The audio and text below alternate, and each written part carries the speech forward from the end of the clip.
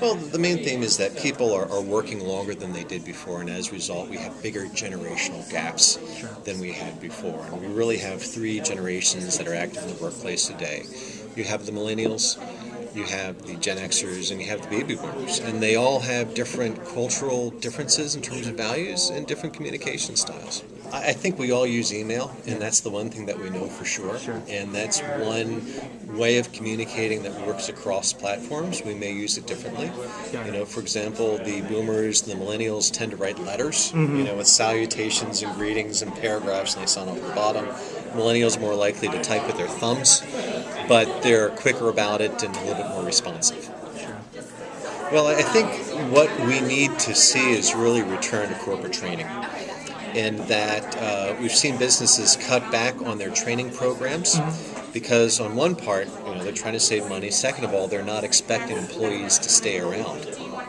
So, by moving more to a contractor or part-time model or outsourcing, what happens is you lose corporate cultures and you lose the ability to cultivate your own employees. The things that I get excited about, first of all, robotics, of course. Second of all, three-dimensional printing, which I think is going to be sort of the technology that this decade is known for. I see OLEDs and flat screen displays as becoming ubiquitous and cheap. That's going to change everything from consumer electronics to lighting. We're beginning to see some of the first stem cell drugs coming on board right now. So I think regenerative health care is probably going to come into being in about 10 to 30 years. And then also graphene as a super material, I think, is going to be something that you're going to be hearing a lot more about over the next few years. Graphene, you heard it here, okay?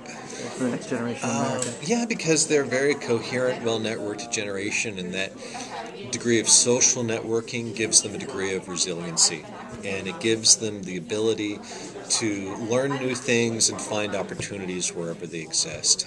The other thing that makes me very optimistic about the millennials is that they tend to have a very small footprint.